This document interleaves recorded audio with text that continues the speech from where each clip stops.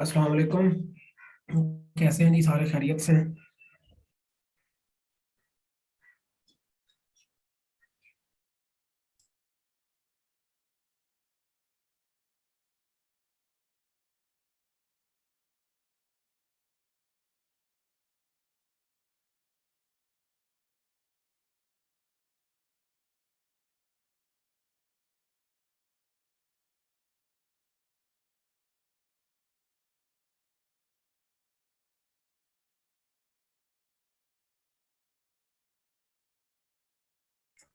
चलें जी, माशाल्लाह ज़बरदस्त। कोई किसी किस्म की छुट्टी नहीं है, कोई इशू नहीं है। बस आसान सब ज्वाइन कर रहे हैं आप लोगों की क्लास। उनके सिस्टम में थोड़ा सा कोई इशू था, तो रीस्टार्ट कर रहे हैं सिस्टम। तो आ जाते हैं अभी 1-2 मिनट में। ठीक है, आपको परेशान होने की बात ज़रूरत नहीं है कि आप लोग आ गए हैं और क्लास स्टार्ट नहीं हुई। तो इंशाल्लाह 1 से 2 मिनट में स्टार्ट हो जाती है।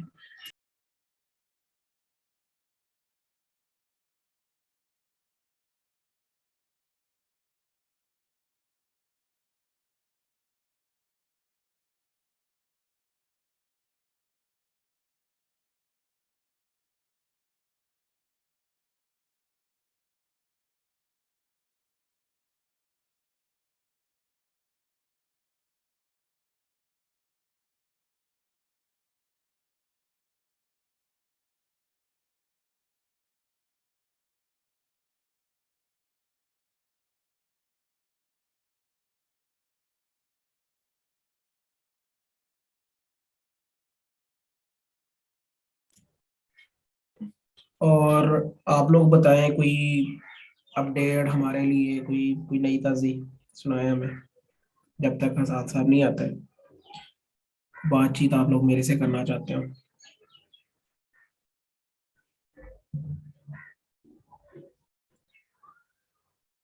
फीडबैक दे रहे हैं आप लोग और लिंक्स सबने सबमिट कर दिए हैं। अच्छा, मुझे याद आया कि लिंक्स अपडेट करने के बाद ना हमने चेक करना शुरू किए हैं, तो कुछ लोगों ने उसमें यही लिखा हुआ है कि I am working on Fiverr link और ये वो, और किसी ने लिखा हुआ है नो। तो वो जब हमने फार्मूला से उठाया तो एंट्री तो होगी, तो वो हमने कंसीडर एक किस्म का हमें हमने उनको यस कर लिया। लेकिन अब हम चेक कर रहे हैं, तो वो जो इस तरह की चीजें लिखी हुई हैं, तो उसका मतलब है कि वो लिंक्स नहीं आप लोगों ने अभी प्रोवाइड किए। अगर इस तरह का बंदा है कोई, तो अभी लिंक्स दे दे। तो लेकिन चेक करने के बाद जब हम रिमूव कर देंगे आपको ग्रुप से, तो फिर परेशानी होगी आपको।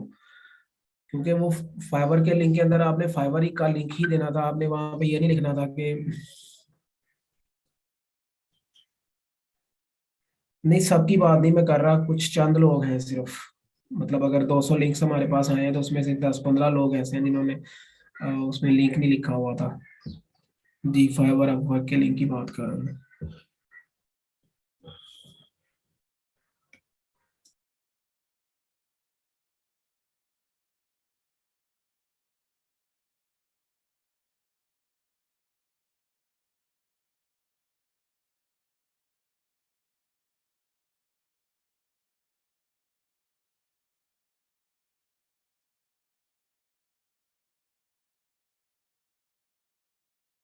वो कोई इशू नहीं है, एक लिंक एटलीस्ट आप लोगों का लाजमी होना चाहिए फिलहाल।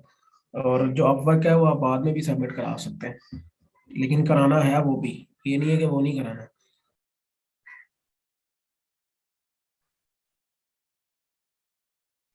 नई लिंक नहीं एक्सपायर नहीं होते, और फाइल आपकी डीएक्टिवेट हो सकती है, या गिग आपकी ड्राफ्ट में चली जाती है अगर आप उसको अच्छा वर्किंग नहीं करते।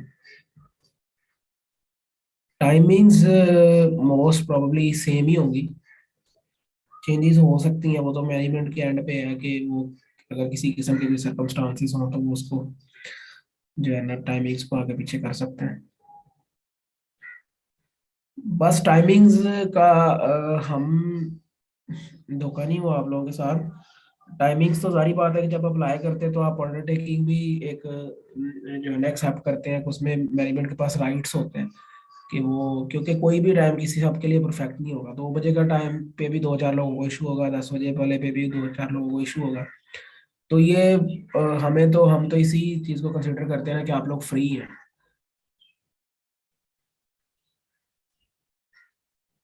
ठीक है। तो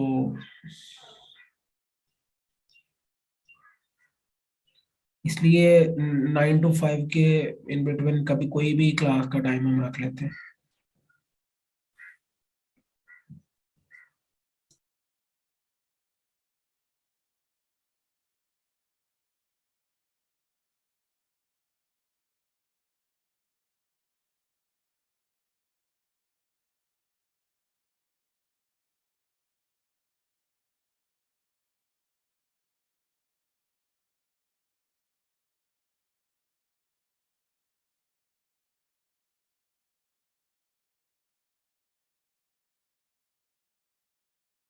आप लोगों के टोटल 55 लेक्चर्स होंगे, आज 30 हो गए हैं, तो 25 लेक्चर रह गए हैं आप लोगों को, मतलब आधे से ज्यादा कोर्स हो गया है। तो वो आप लोग काउंट कर सकते हैं कि कब तक जाएगा। वो तो आउटलाइन हसान साहब के ऊपर है कि वो किस तरह से वो कंप्लीट करेंगे सारी चीजें, लेकिन वो उनके ऊपर है कि वो किस तरह कंप्लीट करते हैं। भी परेशान ना हो, जो भी कोर्स आउटलाइन के अंदर चीज मेंशन है वो इंशाल्लाह पढ़ाई जाएगी, उस पर परेशान ना हो आप। अगर कोई चीज होगी भी तो उसमें हमें एक्स्ट्रा लेक्चर भी अगर कोई एक दो कंडक्ट करने पड़ेंगे तो हम करेंगे। ठीक है, चले हसान साहब भी आ गए, तो अभी आप लोग क्लास स्टार्ट हो जाएगी। ठीक हो गया।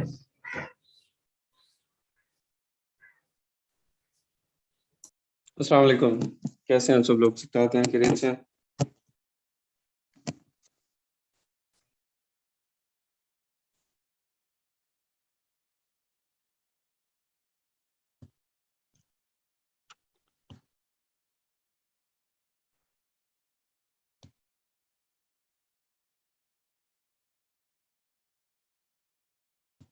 जी मैं भी ठीक ठाक, शुक्र है अल्लाह का, अल्हम्दुलिल्लाह। जल्दी से रिवाइज कर दें जी। कल वाला लेक्चर पीपीसी के बारे में डिटेल से हमें को बता दे, फिर हम नेक्स्ट आगे स्टार्ट करेंगे। आगे हमारा काफ़ी टाइम ज़ाया हो गया। जूम मेरा कनेक्ट नहीं हो रहा था, उसमें इशू आ गया था।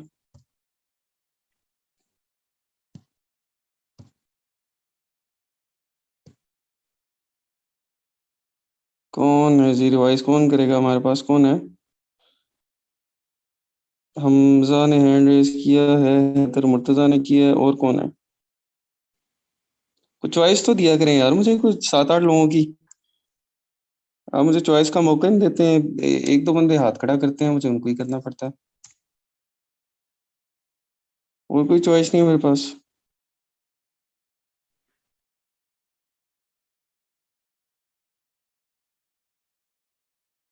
चलें जी, हमजा आपको करते हैं अनम्यूट। हैदर मुर्तज़ा को किया था मैंने, अच्छा चलो जी, हमजा आपको अनम्यूट किया। अस्सलाम वालेकुम सर। वालेकुम सलाम। सर क्या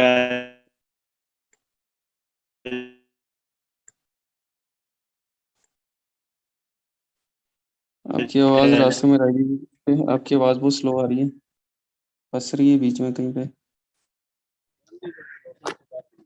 के कैंपेन कैसे रन जी करती हैं, इसमें फ्रेजेस हाँ जी, हाँ जी, आप बताएं।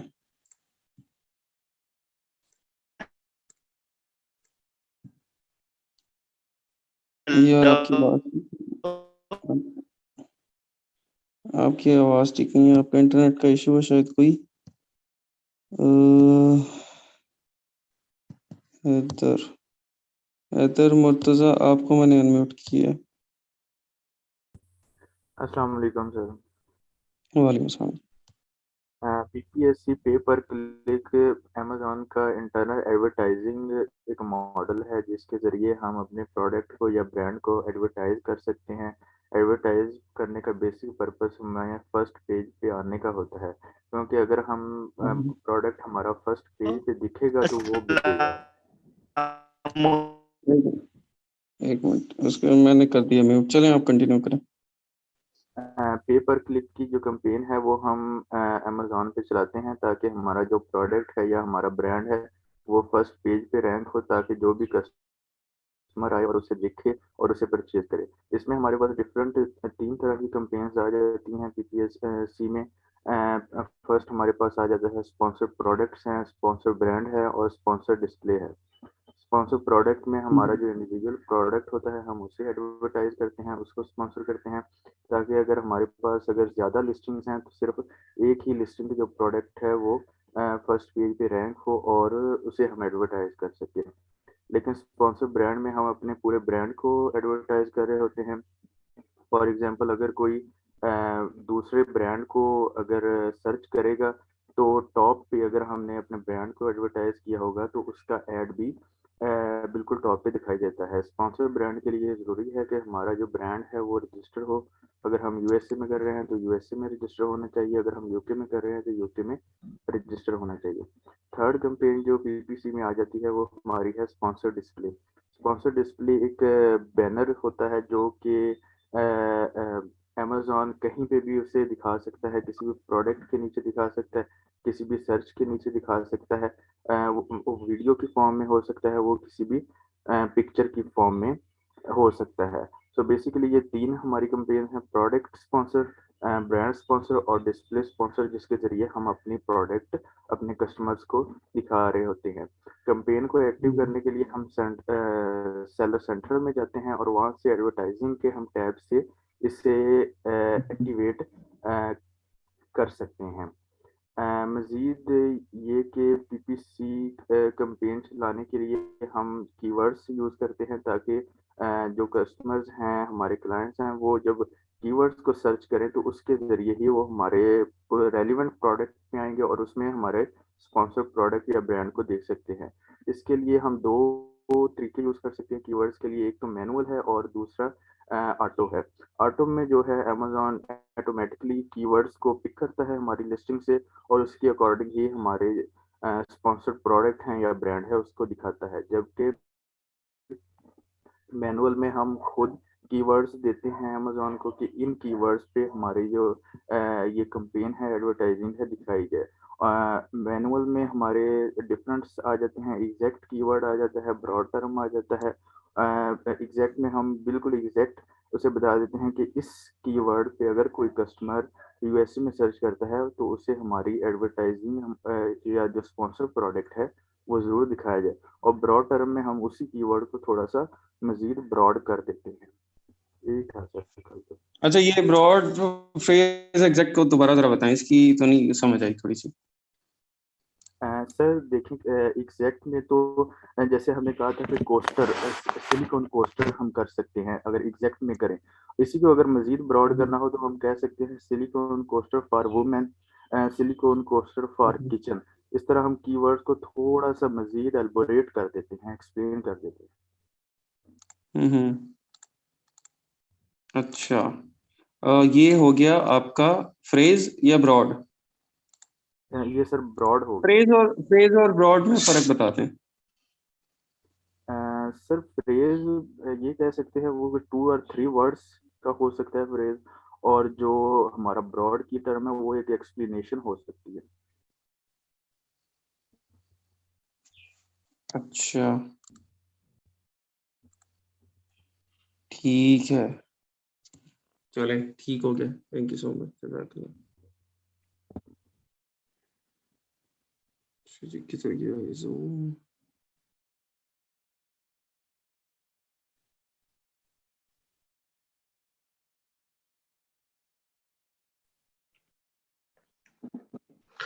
अच्छा जी, सब मैनुअल में कैंपेन कितनी महंगी होती है as compare to the other manual campaign? कितने डेज़ चलानी चाहिए है?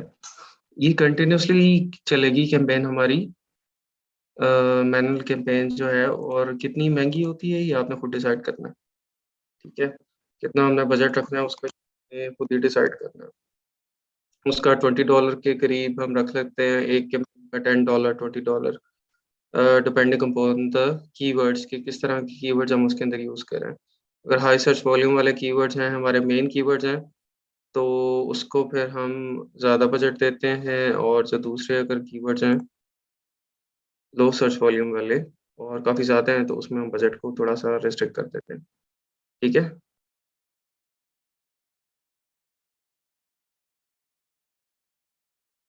आवाज़ नहीं आ रही है आप लोगों को?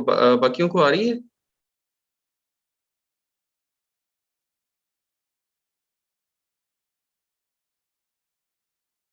अच्छा, सैयदा रुबाब, आप प्लीज चेक करें, आपका कोई इंटरनेट का इशू है, आप अपने एंड पे चेक कीजिएगा।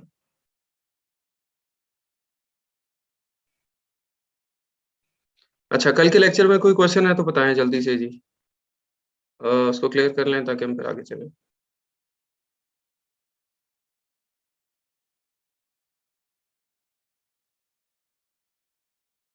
कल के लेक्चर का कोई मसला मसाइल है तो वो क्लियर कर लें।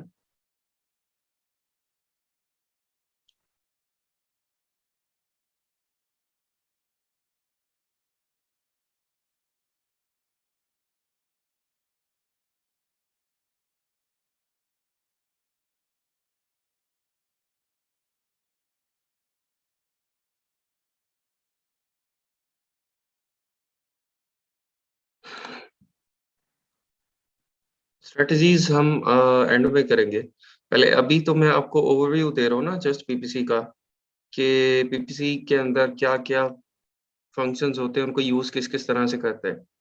ठीक है, उसके बाद एंड में हम कि हमने एग्जैक्टली स्टार्ट में कौन कौन सी स्ट्रेटजीज के साथ हमने कैंपेन चलानी है, और जब लॉन्च हो जाती है when our product is stable, तो उसके बाद हमने स्ट्रेटजीज कौन सी रखनी है। ठीक है, तो इसके बाद हम आज इंशाल्लाह ओवरव्यू हमारा कंप्लीट हो जाएगा, या आज ही हम स्ट्रेटजीज उसको देख लेंगे।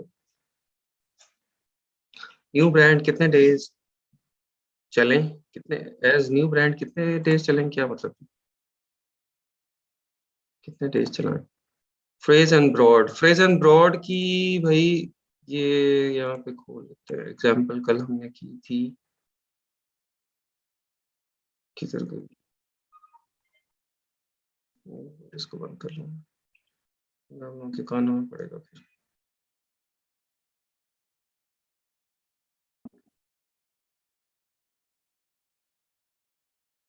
हाँ, यहाँ से मैं बताता हूँ आपको, चलाएंगे मतलब है। अच्छा, वो कंटिन्यूस चलेगी जब तक रैंक नहीं हो जाती, 2-3 महीने भी हो सकते हैं, 6 महीने भी हो सकते हैं, वो हमारी रैंकिंग पे डिपेंड करी होती है। ठीक है, अच्छा यहाँ से आप देख लें एग्जैक्ट फ्रेज ब्रॉड, इसकी डेफिनेशन एक दफा दोबारा चेक कर लें।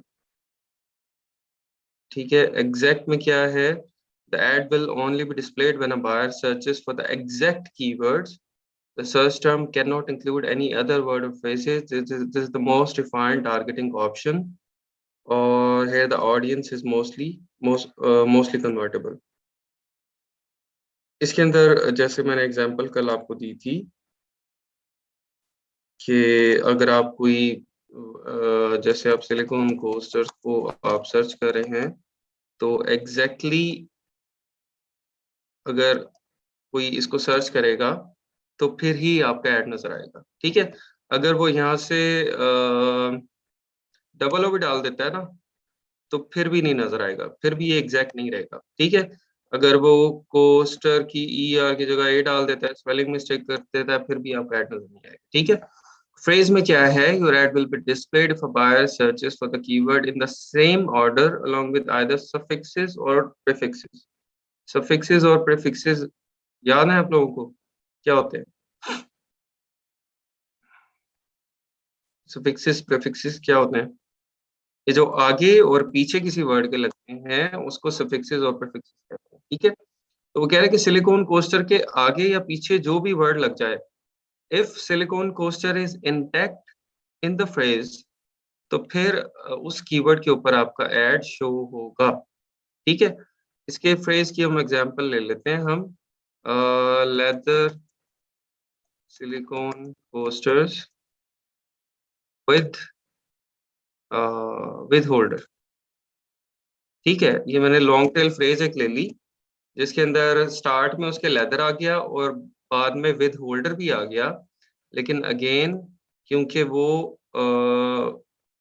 आपका ये है सिलिकॉन कोस्टर, इसके अंदर इंटैक्ट है, तो ये फ्रेज आपकी, ये फ्रेज, इस फ्रेज के अंदर आपका ऐड दिखाया जाएगा अगर आप फ्रेज सेलेक्ट करेंगे।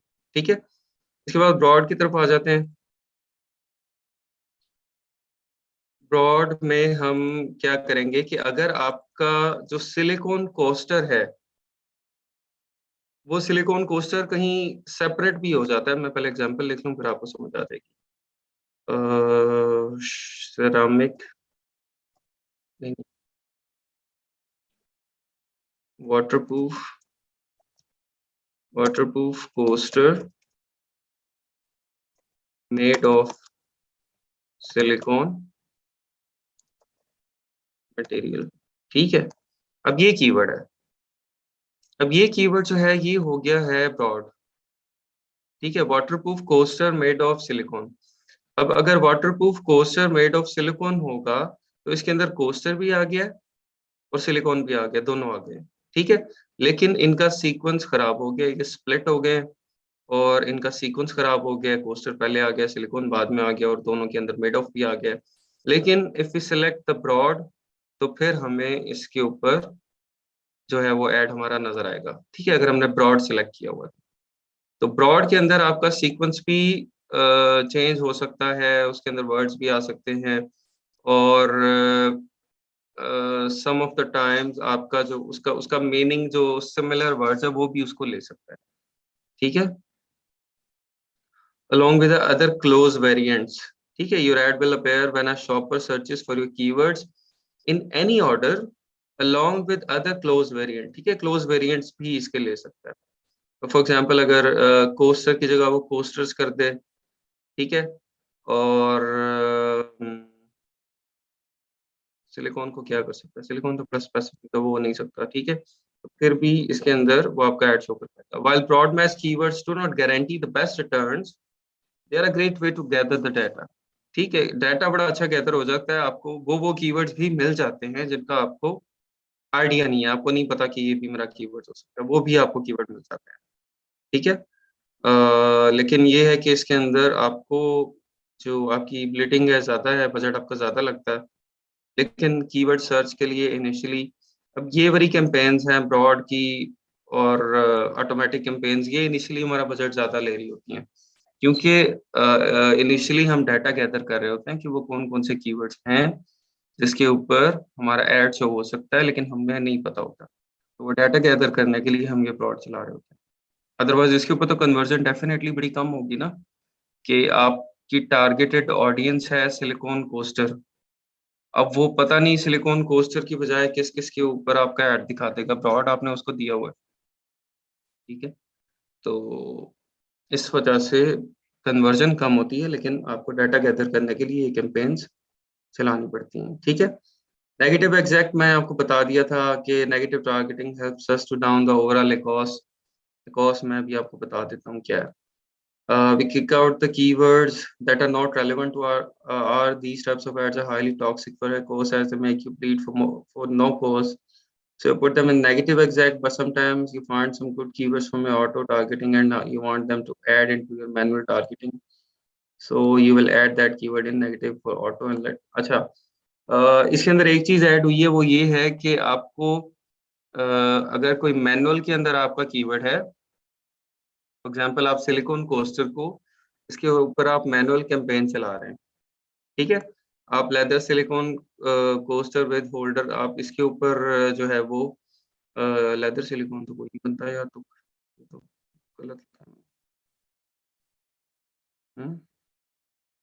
टेबल कर लें। अच्छा, आप इसके ऊपर कैंपेन चला रहे हैं, अगर इस कीवर्ड के ऊपर table silicon coaster with holder के ऊपर, तो मैनुअल के अंदर मैनुअल कैंपेन आप इसके ऊपर चला रहे हैं, आपको इसके ऊपर क्लिक्स मिलेंगे, ठीक है। इसका सर्च वॉल्यूम है और मैनुअल के ऊपर आपके पास क्लिक्स आ रहे हैं, लेकिन अब ऑटो में तो कोई भी कीवर्ड सिलेक्ट कर सकता है ना अमेज़न का एल्गोरिथम, उसको तो नहीं पता कि आपने मैनुअल के ऊपर कैंपेन चलाई हुई है, तो मैंने ऑटो में इसके ऊपर आपको क्लिक नहीं देना। तो नेगेटिव एग्जैक्ट हम क्या करते हैं कि हम यही कीवर्ड ऑटो कैंपेन के अंदर नेगेटिव एग्जैक्ट में डाल देते हैं, ठीक है।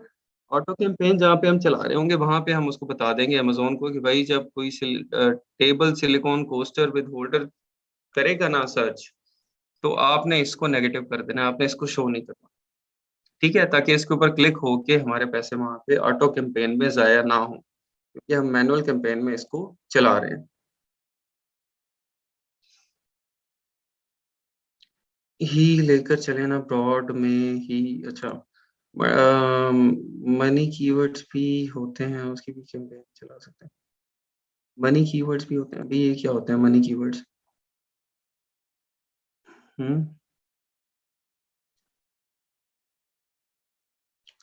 अच्छा, एसईओ टूल से आपने पूछा है कि वहां से कीवर्ड्स ले सकते हैं, नहीं, हीलियम 10 ज्यादा बेहतर है, ठीक है, जिनसे सेल आती हो। भाई वो रेलेवेंट भी तो होने चाहिए ना, वो रेलेवेंट होने चाहिए आपकी उससे, ठीक है, आपके आपकी लिस्टिंग से रेलेवेंट भी होने चाहिए। अच्छा जी, नेगेटिव एग्जैक्ट आपको समझ आ गई कि हमने क्या किस तरह यूज करेंगे। हम जो कीवर्ड्स हम मैनुअल एग्जैक्ट के अंदर डालेंगे, उनके अंदर उसको हम ऑटो में नेगेटिव कर देंगे, ठीक है। जो कीवर्ड्स हम मैनुअल एग्जैक्ट के अंदर यूज करेंगे उसको हम ऑटो में नेगेटिव कर देंगे, ठीक है, ताकि हमें डबल चार्ज ना हो, हमें मैनुअल से भी चार्ज ना हो और ऑटो से भी चार्ज ना हो। नेगेटिव फ्रेज के अंदर क्या होता है, this is the same as negative exact. The only difference that here you target long keywords or phrases that are denting your records, ठीक है। यहाँ पे हम देखते हैं कि जो phrases हमें या कुछ words जो कि किसी भी phrase के अंदर आ सकते हैं, और अगर वो words एक phrase में use हुए हैं, then customer is not going to buy your product। तो इस तरह की negative phrases जो है वो उसको भी हम negative में ऐड कर देते हैं, ठीक है।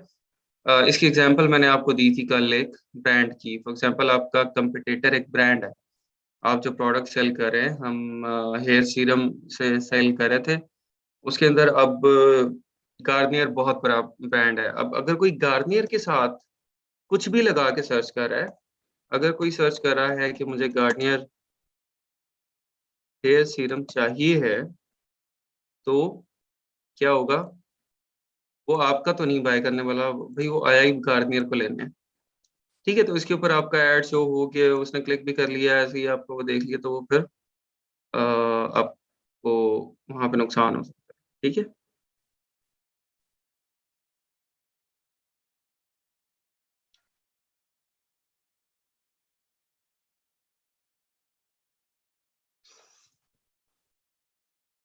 अच्छा, इसका भाई आपने ये जो ये क्वेश्चन किया हुआ है ना मनी कीवर्ड्स का, आपको देखें सर्च वॉल्यूम के ऊपर हमने सारा कुछ जो करना है सर्च वॉल्यूम के ऊपर करना है कीवर्ड। एसईओ और अमेज़न में यहाँ पे कीवर्ड्स को यूज करना थोड़ा सा डिफरेंट है, ठीक है, क्योंकि यहाँ पे हमारे पास हर कीवर्ड का हम सर्च वॉल्यूम देखते हुए उसकी रेलेवेंसी देखते हुए फिर उसको यूज करते हैं। अब ये इसका आप सर्च वॉल्यूम चेक कर लें, अगर सिलिकॉन को सरप्राइज या सिलिकॉन को सरप्राइज इन यूके अगर लोग सर्च कर रहे हैं इसको, तो फिर इसके ऊपर आप चलाएं कैंपेन। अगर सर्च ही नहीं हो रहा, लोग नहीं कर रहे, तो फिर जरूरत नहीं है, ठीक है। सेम टाइम में जी, सेम टाइम में हम ऑटो और मैनुअल कैंपेन चलाएंगे, सेम टाइम में होगा। एक और वैसे कीवर्ड हम मैग्नेट और सेरेब्रो से ही, जी बिल्कुल, कीवर्ड्स हम मैग्नेट और सेरेब्रो वहीं से लेंगे। नेगेटिव एग्जैक्ट और फ्रेज पर ऐड नहीं चलेगा। हाँ, जब हम इन कीवर्ड्स को ऐड कर देंगे नेगेटिव एग्जैक्ट के अंदर, तो ये कीवर्ड जब कोई सर्च करेगा तो हमारा ऐड नहीं नजर आएगा, ठीक है। इसके अंदर हम कोई कंपिटिटर ब्रांड्स और इस तरह की चीजें वो डाल देते हैं, जो हमें पता हो कि इस कीवर्ड को सर्च करने के बाद अगर कोई कस्टमर आएगा तो वो हमारी प्रोडक्ट नहीं बाय करेगा, उनको हम नेगेटिव एग्जैक्ट और नेगेटिव फ्रेज में डाल देते हैं। Use just exact phrase and negative exact, which one is good to go? Just exact phrase and negative exact, ये नहीं मुझे क्वेश्चन आपको समझ आया, थोड़ा इसको क्लियर करें। Manual and auto at same time, हाँ जी, ये सेम टाइम चलेंगी, मैनुअल ऑटो सेम टाइम चलेंगी। अच्छा, बिडिंग स्ट्रेटजीज देख लें जी, कैंपेन बिडिंग स्ट्रेटजीज क्या होगी हमारी, क्या हो गया इसको, क्या यहाँ पे, ठीक है। अच्छा जी, 4 टाइप्स ऑफ बिड्स होती हैं पीपीसी कैंपेन में। एक dynamic bids down only, dynamic bids down only जब हम सिलेक्ट करते हैं तो क्या होता है कि आपकी जो बिड है, फॉर एग्जांपल आप नीचे आ जाए, एक्सप्लेनेशन दी हुई है ना, यहाँ से आपको बताता हूँ। डायनामिक बिड डाउन ओनली जब है तो आप अमेज़न को इंस्ट्रक्ट करें कि आपने जो मेरी बिड है उसको नीचे डाउन करना है, सिर्फ आप उसको अप नहीं कर सकते, ठीक है। फॉर एग्जांपल अगर मैंने $1 लगा दी है बिड, तो अमेज़न ऑटोमेटिकली, क्योंकि मैंने उसको डायनामिक सेलेक्ट किया हुआ है, ऑटोमेटिकली वो उसको डिटेक्ट करेगा एल्गोरिदम, और एल्गोरिदम देखेगा अगर कि मुझे 0.7 के ऊपर प्लेसमेंट मिल सकती है, $0.75 के ऊपर मिल सकती है, ठीक है, $0.8 पे मिल सकती है, तो वो मुझे प्लेसमेंट उसके ऊपर दे देगा, ठीक है, क्योंकि मैंने उसको इंस्ट्रक्ट किया है कि अगर आप मेरी बिड को डायनेमिक रखें, फ्लेक्सिबल रखें, but flexible for down only, ठीक है, it should be flexible for down only, up के लिए फ्लेक्सिबल ना हो। अगर मुझे मेरी दी हुई बिड से नीचे अगर प्लेसमेंट मिल सकती है तो आप मुझे उसके ऊपर प्लेसमेंट दे दें, ठीक है। ये है dynamic bid down. Dynamic bid up and down के अंदर क्या है, मैं दोनों के लिए फ्लेक्सिबल कर रहा हूँ अमेज़न को कि आप अगर मेरी बिड जो है वो थोड़ा-सा उससे ऊपर और नीचे, अगर जो मेरा मतलब मैंने जो बिड लगाई हुई है, मैं $1 बिड लगाई है, अगर मुझे 1.2 पे प्लेसमेंट मिलती है 1.2 पे दे दें, 0.8 पे मिलती है 0.8 पे दे दें, ठीक है। डायनामिक रखा हुआ है उसको ऊपर और नीचे दोनों के लिए। इसके अंदर हम परसेंटेज सिलेक्ट कर लेते हैं कि कितने परसेंट बिड इंक्रीज हो सकती है, 100%, 50%, ठीक है, कितने परसेंट आप बिड को अमेज़न को अलाउ करते हैं बिड इंक्रीज करने के लिए। तो जितने परसेंट आप अलाउ करेंगे उतने परसेंट ही अमेज़न आपकी बिड इंक्रीज करेगा, उससे ज़्यादा इंक्रीज नहीं करेगा। ठीक है, आपने $1 फॉर एग्जांपल लगा दी बिड और आपने 100% इंक्रीज जो है उसके ऊपर अलाउ कर दिया। तो अब क्या करते अमेज़न मैक्सिमम $2 तक आपकी बिड ऑटोमैटिकली खुद ही देखते हुए कि कहाँ पे अवेलेबिलिटी है आपकी बिड लगा सकता है, ठीक है? और वो नीचे भी 50 सेंट, 40, 30, 20 सेंट तक भी लगा सकता है क्योंकि 100% अप एंड डाउन आपने सेलेक्ट की हुई। मिस बा साहब शायद पिछले लेक्चर में नहीं थी। अ, हमने ये डिटेल में बिड को देखा था कि बिड क्या होती है, उसपे जो अमेज़न पे पीपीसी चलती है, that is all based on the bid.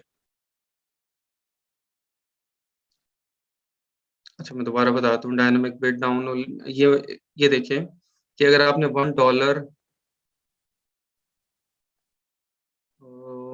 Paint कैसे बताऊँ आपको? चलें ऐसे ही समझा देता हूँ, समझ आ जाएगी, ईज़ी सा है। अगर आपने dynamic bid down only select की है और आपने $1 आपकी बिड है, तो आपने अमेज़न को इंस्ट्रक्ट किया है कि आप अगर $1 से नीचे मुझे एड प्लेसमेंट मिल रही है, $1 से नीचे अगर मैं कीवर्ड के ऊपर एड प्लेसमेंट विन कर रहा हूँ, तो आप मुझे उसको डाउन कर दें मेरी बिड को। ठीक है? ये मतलब नहीं है कि मैंने $1 लिख दिया है, तो $1 के ऊपर ही एड आपने मुझे देना है। अगर मुझे 60 सेंट्स के ऊपर एड मिल सकता है, तो आप मुझे 60 सेंट्स के ऊपर एड देते हैं। ठीक है? डायनामिक बिड डाउन के अंदर ये होता है। Dynamic bid up and down के अंदर क्या होता है कि आप जो आपकी फिक्स्ड बिड है $1, अमेज़न उससे ऊपर भी जा सकता है और नीचे भी जा सकता है। कितना ऊपर जा सकता है? मतलब आपकी फिक्स बिड अगर $1 है, तो क्या अमेज़न $5 की बिड आपको आपको ऐड दे सकता है $5 की बिड का? नहीं, आप सिलेक्ट करेंगे कि कितने परसेंट ऊपर जा सकता है। आप 100% सिलेक्ट करेंगे, तो वो $2 तक जा सकता है। ठीक है? तो dynamic bid up and down के अंदर ऊपर भी जा सकता है अमेज़न, ऊपर से भी सिलेक्ट कर सकता है, नीचे भी से भी कर सकता है। क्लियर हो गया आपको?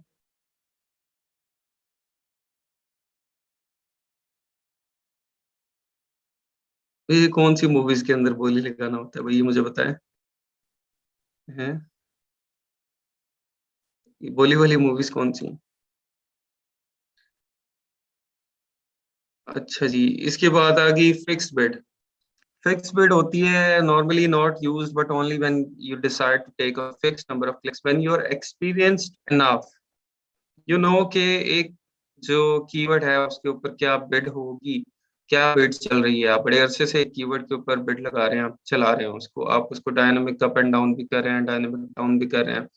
आपको पता लग गया है कि भई इस कीवर्ड की तो बिड ही $1.2 है। ये तो $1.2 के ऊपर ही मिलता है, तो आप उसको फिक्स्ड बिड के अंदर लगा देते हैं। ठीक है? या आप बहुत ज़्यादा क्लिक्स नहीं चाहते, आपके पास इतना स्टॉक नहीं है, आप इतने ज़्यादा एक्सपोज़र नहीं चाहते, तो आप भी फिर इसके अंदर फिक्स्ड बिड लगा देते हैं कि अगर वहाँ तक आएगा फिक्स्ड बिड के ऊपर आपकी जो है वो पहुंचेगा अमेजोन, तो फिर उसके ऊपर आपका ऐड नजर आएगा। It is not flexible. अगर मैंने $1 कहा है तो $1 बिड होगी ही, तो फिर मेरा ऐड नजर आएगा। ना 1.2 पे आएगा, ना 0.8 पे आएगा, कहीं पे नहीं आएगा। ठीक है, तो ये फिक्स बिड है। ठीक है, best keywords where you are sure that conversion happens, जहां पे आपको पता है कि इसके ऊपर बिडिंग इस कीवर्ड के ऊपर इस अमाउंट के ऊपर होती है, आप जस्ट वहां पे इसको यूज करें। ठीक है। अच्छा, अब बिड प्लेसमेंट के बाद ये जो बिड भी प्लेस की जाती है ना कीवर्ड्स के ऊपर, ये 3 लोकेशंस के लिए बिड होती है। ठीक है, ये 3 लोकेशंस के लिए बिड जो है वो सेपरेट होती है। अब 3 लोकेशंस कहाँ है ऐड नजर आने की? जैसे फॉर एग्जांपल आप ले लें, लाहौर में आपने लगाना है बिल बोर्ड। आप इसको एम आलम रोड पे भी लगा सकते हैं, लिबर्टी मार्केट में लगा सकते हैं, जोहर टाउन में लगा सकते हैं, और रेलवे स्टेशन के एरिया पे लगा सकते हैं। ठीक है, अब इन सब चीज़ों के ऊपर रेट्स डिफरेंट होंगे। एम आलम रोड के ऊपर रेट्स आता है, लिबर्टी पे फिर उससे कम है, फिर उससे कम जोहर टाउन पे होगा, सबसे कम आपको रेलवे स्टेशन या मुगलपुरा उस साइड पे वहां पे मिल रहा है। तो इसी तरह जो लिस्टिंग का पेज है आपका, उसके ऊपर भी रेट्स डिफरेंट हैं। ठीक है, आपका टॉप ऑफ द सर्च के ऊपर सबसे ज्यादा कम्पिटेटिव जगह है। टॉप ऑफ द सर्च कौन सी है कि आप ओपन करें, एक कीवर्ड को सर्च करें, और सर्च करने के बाद यहाँ टॉप पे जो आपको नजर आ रहे होते हैं, टॉप पे जो स्पॉन्सर्ड ऐड नजर आ रहे होते हैं, वो टॉप ऑफ द सर्च होते हैं। टॉप ऑफ द सर्च के ऊपर कंपटीशन सबसे ज्यादा है। कंपटीशन ज्यादा होने का क्या मतलब है? रेट ज्यादा है, वहां पे बिड हाई होगी। ठीक है, और उसके बाद दूसरी चीज है प्रोडक्ट पेज। ये टॉप ऑफ द सर्च है। यहाँ पे देखें, इसने ब्रांड ने स्पॉन्सर किया हुआ है, this is called brand sponsoring. यहाँ पे अगर ब्रांड स्पॉन्सर्ड ना होता तो फिर ये वाले ऊपर नजर आ रहे होते, 1 2 3 ये ऊपर नजर आ रहे होते, ये टॉप ऑफ द सर्च होते। लेकिन एक उसने प्राइम लोकेशन उसने खरीद ली है, इस वजह से ये स्पॉन्सर्ड वाले टॉप ऑफ द सर्च वाले नीचे नजर आ रहे हैं। ठीक है, तो जो टॉप लोकेशन है, सबसे महंगी लोकेशन है, वो ये है टॉप ऑफ द सर्च। उसके बाद दूसरी लोकेशन कौन सी है हमारी? प्रोडक्ट पेज के ऊपर। ठीक है, प्रोडक्ट पेज के ऊपर जो ऐड नजर आता है वो हम ओपन करते हैं इसको।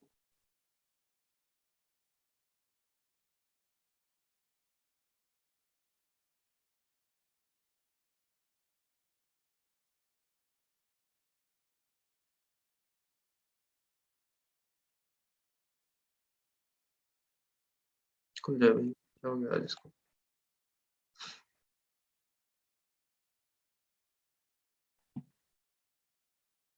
आपके यहाँ पे राइट साइड के ऊपर नजर आ रहा होता है ना, बाय बॉक्स के नीचे। मैंने दिखाया भी है आपको, कई दफा दिखाया है। ठीक है, यहाँ पे इस साइड के ऊपर जो ऐड नजर आ रहा होता है ना, वो प्रोडक्ट पेज के ऊपर होता है।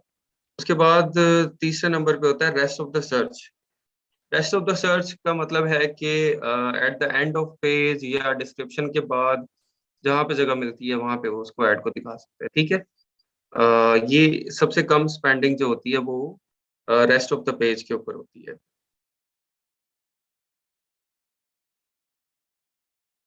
नेगेटिव टारगेटिंग मैं आपको समझा चुका हूँ।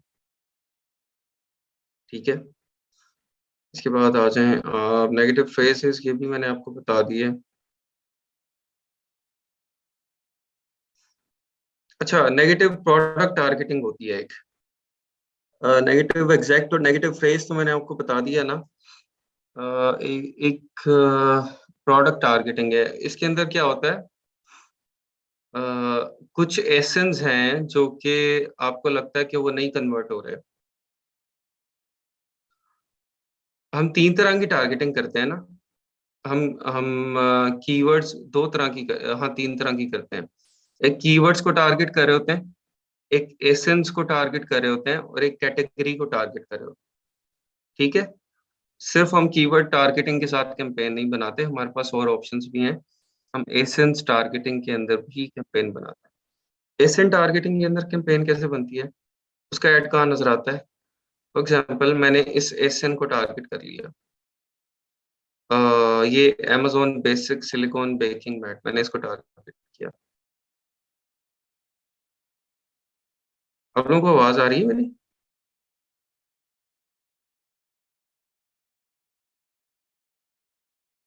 अच्छा, मैंने कहा ये अगर नहीं चल रहा, ओपन नहीं हो रहा, ये ना हो कि मैं 10 मिनट से ऐसे ही बोलता जा रहा हूँ, आपको भी आवाज ना जा रही हो, पेज क्यों नहीं ओपन हो रहा?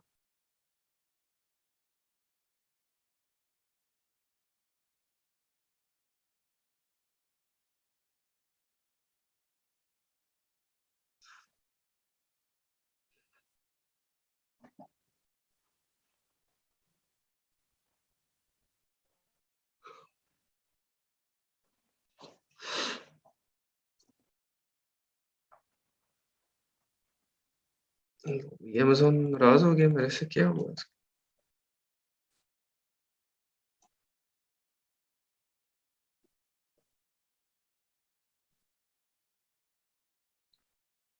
अच्छा, .com खुल गया।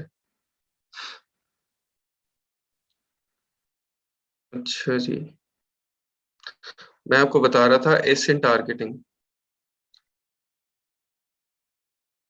नहीं, पीसीएल तो नहीं है मेरा।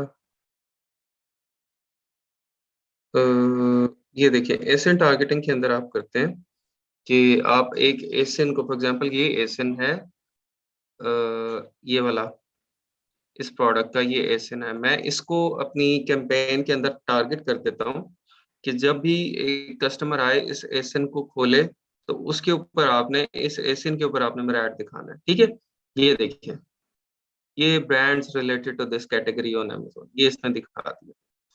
ये बेसिकली ये कैटेगरी टारगेटिंग की हुई है इसने, लेकिन आप इसको एज़ एन एसिन टारगेटिंग एग्जांपल भी ले सकते हैं। ये देखिए, ये भी एसिन टारगेटिंग है। इन सब ने इस एसिन को टारगेट किया हुआ कि जब भी कोई कस्टमर आएगा, इस एसिन को ओपन करेगा, तो आपने हमारा ऐड उस एसिन के ऊपर शो करवाना है, ठीक है? This is called the ASIN targeting. और जब आप कैटेगरी टारगेटिंग की बात करते हैं, तो this is called the category targeting. Category क्या है? मैंने ये कैटेगरी ली है, clothing, shoes, jewellery, date night picks for her accessories, ठीक है? इसके ऊपर मैंने टारगेट कर दिया कि मुझे इस कैटेगरी के अंदर जब भी कोई कस्टमर आएगा, कोई भी प्रोडक्ट्स देखेगा या वो कीवर्ड सर्च करेगा, तो मेरा ऐड वहां पे नजर आना चाहिए, ठीक है? वो कैटेगरी टारगेटिंग।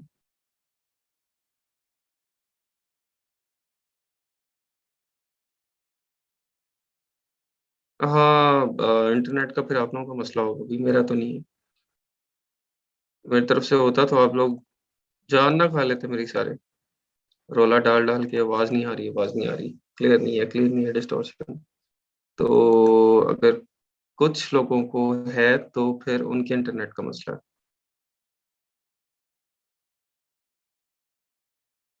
तो पता लग जाता है जब मेरी तरफ से होगी ना खराब, फिर मुझे फौरन पता लग जाएगा।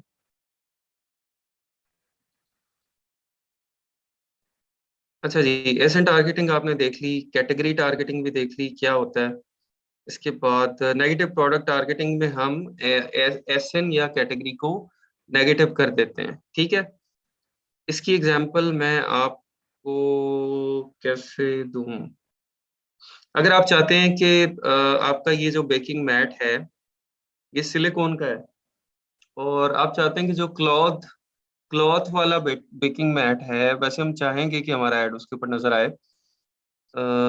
लेकिन अगर कोई स्पेसिफिक ब्रांड है, लोग बड़े ब्रांड कॉन्शियस है इस बारे में, या हेयर सीरम वाली बड़ी अच्छी एग्जांपल है, नहीं हेयर सीरम वाली ठीक है, कि उसके अंदर आप अगर गार्नियर जो है उसकी लिस्टिंग के ऊपर आप चाहते हैं कि आपका ऐड नजर ना आए, क्योंकि गार्नियर की लिस्टिंग के ऊपर आपका ऐड नजर आने का कोई फायदा नहीं है, तो आप गार्नियर के एसन को नेगेटिव टारगेटिंग के अंदर डाल सकते हैं, ठीक है? तो फिर जब भी कोई गार्नियर का एसन खोलेगा या गार्नियर को सर्च करेगा, आपका ऐड वहां पे नजर नहीं आएगा।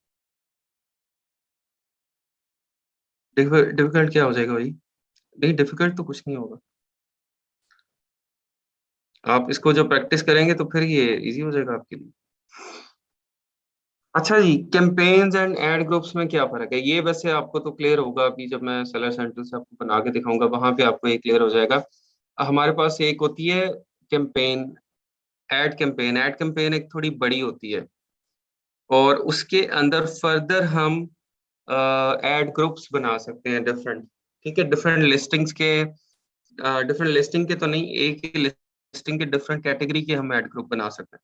ठीक है, जिस तरह के आप कह सकते हैं कि आप मैनुअल के अंदर अगर कैंपेन बना रहे हैं तो आपने एक ऐड कैंपेन बनाई जब मैनुअल की, तो मैनुअल के अंदर भी आपकी कोई 5-6 कैंपेन चल रही होंगी डिफरेंट कीवर्ड्स के ऊपर। मैनुअल के अंदर आप 5-6 कैंपेन चला रहे हैं, तो वो फिर 5-6 कैंपेन जो होंगी वो आपके ऐड ग्रुप्स होंगे।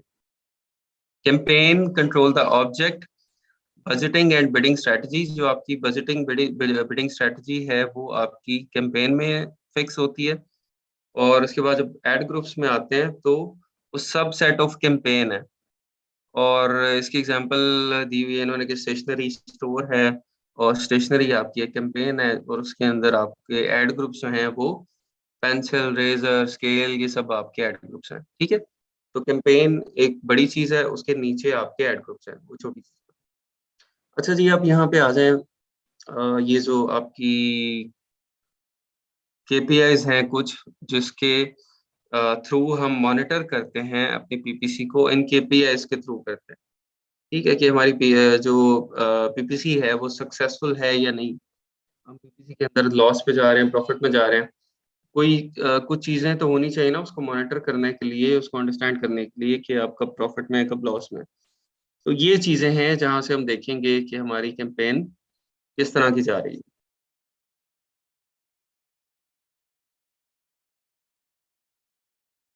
केपीआईज की परफॉर्मेंस इंडिकेटर्स। ठीक है, की परफॉर्मेंस इंडिकेटर्स ये होते हैं। और भैया आप लोगों ने अभी तक केपीआई नहीं पढ़े? मैं तो परेशान हो जाता हूँ अपनी यूनिवर्सिटियों की, कॉलेजेस की हालत देखता हूँ कि क्या क्या पढ़ा रहे हैं, हमें पता नहीं क्या क्या पढ़ा रहे हैं। लेकिन जब हम आते हैं प्रैक्टिकल वर्ल्ड में, बिजनेस के अंदर आते हैं, जो चीज़ें वहाँ पे यूज होनी होती हैं, जो वहाँ पे चाहिए होती हैं, वो हमने पढ़ी नहीं होती, उसकी अंडरस्टैंडिंग होती ही नहीं है। हम्म। वहां पे आके हमें लग रहा होता है कि हम फिर नई डिग्री कर रहे हैं। ठीक है, फॉर एग्जाम्पल आपको बिजनेस अगर स्टार्ट करना चाहते हैं ना, आपको बिजनेस स्टार्ट करते हैं तो आपको लगेगा कि आप नई डिग्री कर रहे हैं। आप ये जो चीजें देख रहे हैं, जो पढ़ रहे हैं, आपने अगर कोई स्टार्टअप करना है तो आपने किस तरह से कंपनी का स्ट्रक्चर बनाना है, और आपने किस तरह से उसका जो फंड रेजिंग करनी है, किस तरह आपने कंपनी में जो सीएफओ बनाना है, वो उसके अंदर क्या क्या देखना है, सीएफओ की क्या क्या रिस्पॉन्सिबिलिटीज हैं, आपने सीईओ बनाना है, सीईओ ने क्या क्या करना है, डायरेक्टर ऑपरेशंस आपका क्या करेगा। तो ये सारा कुछ पता ही नहीं है हमें तो। ठीक है, और अगर आप चलें आप बिजनेस नहीं कर रहे, आप कोई जॉब भी कर रहे हैं, तो फिर भी आपको ये चीजें पता होनी चाहिए, लेकिन ये पता ही नहीं होती है। ठीक है, अब ये मे बी वहाँ पे बिजनेस के जो स्टूडेंट्स हैं उनको पता हो, एमबीए वालों को पढ़ाते हो, कोई मार्केटिंग की डिग्रीज उन लोगों को पढ़ाते हो। लेकिन हमारे जो हम साइंसेस पढ़ते हैं या इंजीनियरिंग पढ़ते हैं, हमें तो ये चीजें बिल्कुल नहीं पता होती स्पेशली।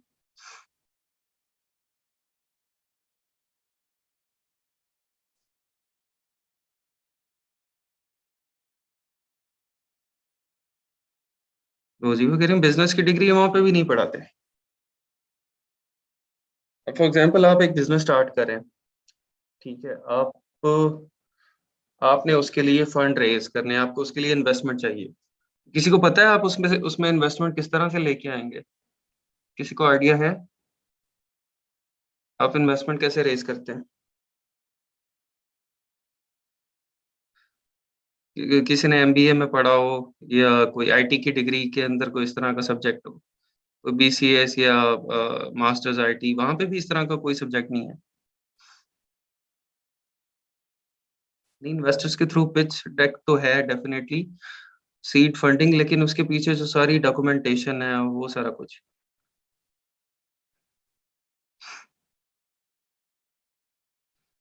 आपने कंपनी, अगर आपकी प्राइवेट लिमिटेड है, आपने उसको पब्लिक लिस्टेड कंपनी बनाना है, तो आपने किस तरह से बनाना है?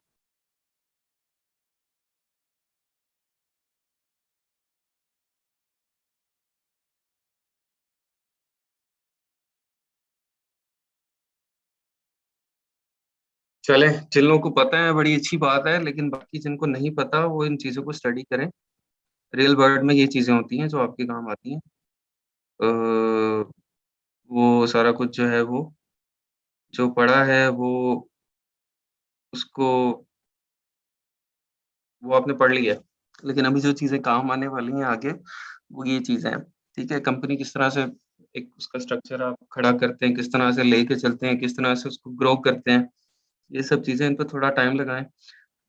अभी जो है ना अ, अगर कोई ये कहे कि मेरे पास कोई मीडिया नहीं है नॉलेज लेने का, मैं कहाँ से लूँ?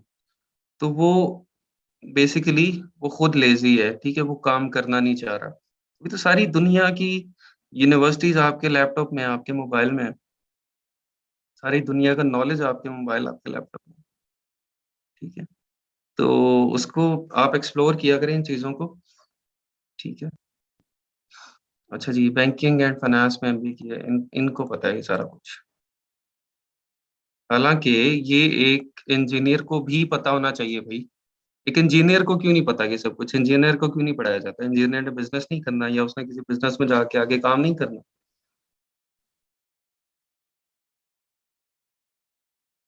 अब यहाँ पे कोई 2, 3, 4 लोग होंगे एमबीए वाले, बिज़नेस एंड फाइनेंस वाले। तो अब किसी ने मास्टर्स फिज़िक्स में किया है, किसी ने केमिस्ट्री में किया है, किसी ने इंजीनियरिंग की है, कोई डॉक्टर है। उन सबको भी ये चीज़ें पता होना चाहिए ना। अब ये सब लोग अगर ये चीज़ें अंडरस्टैंड नहीं करेंगे, ठीक है, उनका नॉलेज उनको इस चीज़ का नॉलेज नहीं होगा, तो वो किस तरह बिज़नेस बनाएँगे, किस किस तरह ग्रो करेंगे उसको। हालाँकि टेक्निकल स्किल्स तो उन लोगों के पास है, बिज़नेस बनाना तो उन लोगों ने है, ठीक है?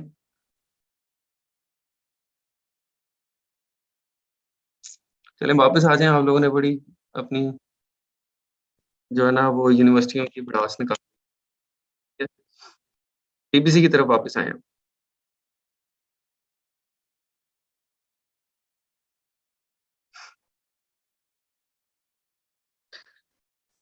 अच्छा जी,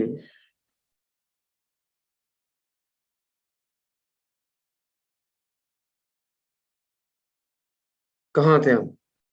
CTC, click through rate. Click through rate क्या होगा? आपके जो क्लिक्स के ऊपर आपको जितने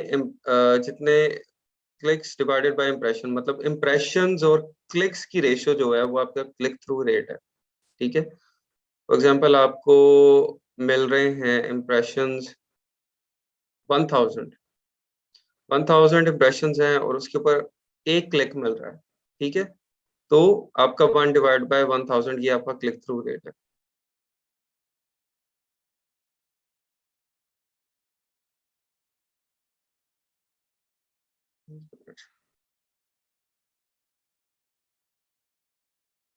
अच्छा। अच्छा, इम्प्रेशंस जो हैं वो क्या होते हैं? ये तो आप लोग सब लोगों को क्लियर है कि आपका एड जो दिखाया जाता है आपका एड जो दिखाया जाता है कस्टमर्स को, अमेज़न जो आपका एड शो करवाता है, एक दफ़ा जब कोई कस्टमर आपका एड देख ल लेता है तो that is called one impression, ठीक है? इम्प्रेशन का मतलब कि जब कस्टमर ने आपका एड देख लिया है, तो वो आपका इम्प्रेशन है। अब इसके ऊपर आपको चार्ज नहीं किया जाता, आपको कोई पैसे इसके ऊपर नहीं चार्ज होते, जब तक आपका एड क्लिक नहीं किया जाता, ठीक है? तो आपके जितने ज़्यादा इम्प्रेशंस के साथ क्लिक्स होंगे, इट मीन्स आपका क्लिक थ्रू रेट उतना अच्छा है, ठीक है? अगर आपका क्लिक थ्रू रेट बहुत कम है, ठीक है? जिस तरह इन्होंने बताया 3% अच्छा देखा जाता है, या आप अपनी नीश के हिसाब से देखते हैं कि क्या सीटीआर उसके ऊपर होना चाहिए। कुछ नीशेज़ होती हैं कि जिसके ऊपर इससे कम सीटीआर भी हम अच्छा मानते हैं क्योंकि इम्प्रेशंस उसके ऊपर बहुत ज़्यादा आते हैं, कम लोग क्लिक करते हैं। तो अगर आपके बहुत सारे लोग ऐड देख रहे हैं, इम्प्रेशंस बहुत ज़्यादा हैं, लेकिन वो क्लिक नहीं कर रहे, वो आपकी ऐड को क्लिक नहीं कर रहे, तो इसका मतलब है कि आपकी लिस्टिंग के अंदर कोई मसला है, आपके इमेज में मसला है, आपके टाइटल में मसला है, आपकी प्राइस में मसला है। 3 चीज़ें ही नज़र आ रही हैं ना। मेन पे क्या नज़र आ रहा है आपको? मेन पेज पे जब कीवर्ड सर्च के बाद प्रोडक्ट्स नज़र आती हैं, तो क्या-क्या नज़र आता है? सबसे पहले इमेज नज़र आता है, उसके बाद टाइटल नज़र आता है और उसके बाद आपको नज़र आता है आपकी अ, जो प्राइस है वो नज़र आती है, ठीक है? तो अगर इसको बंद करना है यार, हो गया। ये यहाँ पे देखिए, ठीक है, इमेज नजर आ रहा है, टाइटल है, उसके बाद प्राइस है। अब मैंने इस कीवर्ड को सर्च किया, ये स्पॉन्सर्ड का ऐड है, ये ऐड मुझे नजर आ गया। इस ऐड वाले सेलर को एक इम्प्रेशन मिल गया, ठीक है, इम्प्रेशन इसको मिल गया।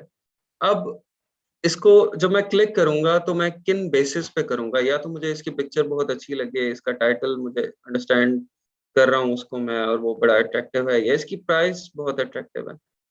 तो इन 3 चीजों में से जो भी होगी, अगर मुझे कोई चीज क्लिक करेगी तो फिर मैं इसके ऊपर क्लिक करूँ, फिर मैं जाऊंगा, फिर आगे जाके लिस्टिंग पे इसको बाय ना करना, that is a different story.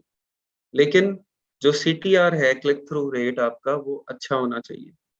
मतलब मैक्सिमम लोग आपकी लिस्टिंग को देखते हुए, जब वो आपके ऐड को देखते हुए उसको क्लिक करें, उसके ऊपर जाएं। अगर वो इम्प्रेशंस आई जा रहे हैं, आपको 50,000 इम्प्रेशन आ गए एक ऐड के ऊपर और आपको क्लिक्स नहीं आए, तो इसका मतलब है कि आप फौरन अपने इमेज को चेंज करें, उसको इम्प्रूव करें, आप अपने टाइटल को इम्प्रूव करें, आप अपनी प्राइस को इम्प्रूव करें, ठीक है। ये तीनों चीजें जब तक आप इम्प्रूव नहीं करेंगे, आपको सेल नहीं आने वाली। हाँ, रिव्यूज, बिल्कुल रिव्यूज भी हैं, ये भी उसके ऊपर भी डिपेंड कर रहा है आपको। लेकिन रिव्यूज आपके हाथ में नहीं है ना यार, रिव्यूज आपके हाथ में नहीं है। रिव्यूज में आप क्या कर सकते हैं, वो तो ऑटोमेटिकली हम जब स्टार्ट कर रहे हैं, जब PPC स्टार्ट कर रहे हैं, तो हमको 7-8 रिव्यूज लेके ही उसको स्टार्ट कर रहे हैं ना, बिल्कुल जीरो से तो हम PPC नहीं चला रहे। तो 8-10 रिव्यूज हैं हमारे पास, तो फिर हमने PPC कैंपेन रन की है। लेकिन वो, उसको तो हम चेंज नहीं कर सकते। हम चेंज क्या कर सकते हैं, अपने इमेज को कर सकते हैं, टाइटल को, इन सब चीजों को कर सकते हैं, ठीक है। अगर PPC के ऊपर बाकी लोग क्लिक्स ले रहे हैं और बाकी लोग रेवेन्यू जनरेट कर रहे हैं PPC से, और हम नहीं कर रहे, तो इसका मतलब है हमारे लिस्टिंग के अंदर कोई मसला है, ठीक है। उसको ठीक करना सबसे पहले जरूरी है। और जो मोस्ट इम्पोर्टेंट चीज होती है, वो यहाँ पे क्या होता है, इमेज। सबसे पहले अपने इमेज पे गौर करें कि उसके अंदर क्या मसला है। इमेज PPC के लिए कोई प्रोफेशनल से हर साइट्स का ऐड बन जाए, ये आप लोगों की जुबान नहीं यार, एक तो मुझे समझ आती पता नहीं। इमेज PPC के लिए कोई प्रोफेशनल साइज का नहीं, नहीं समझ आई मुझे, मैंने बड़ी कोशिश की है इसको दोबारा लिखने। अच्छा जी, CPC क्या है, cost per click, spend per click, how much we spend to get one click, it's all depend on your bidding and placement strategy। मैंने आपको बताया कि जो आप क्लिक कॉस्ट पड़ेगी, वो डिफरेंट सिनेरियोज में डिफरेंट है। एक तो वो हर कीवर्ड के लिए डिफरेंट है, कुछ कीवर्ड्स के ऊपर कॉस्ट पर क्लिक कम है, कुछ कीवर्ड्स पे ज्यादा है। उसके अलावा जब हम एक कीवर्ड की बात करते हैं, उसके अंदर भी डिफरेंट प्लेसमेंट्स के लिए डिफरेंट है। टॉप ऑफ द सर्च के लिए CPC ज्यादा है, प्रोडक्ट पेज के लिए CPC उससे कम है, रेस्ट ऑफ द सर्च के लिए PPC जो है वो उससे कम है, ठीक है। तो कॉस्ट पर क्लिक आपकी वेरिएबल है, वो हर एक जगह पे और हर एक कीवर्ड के लिए वो डिफरेंट है। ACoS, advertising cost of sales, ठीक है।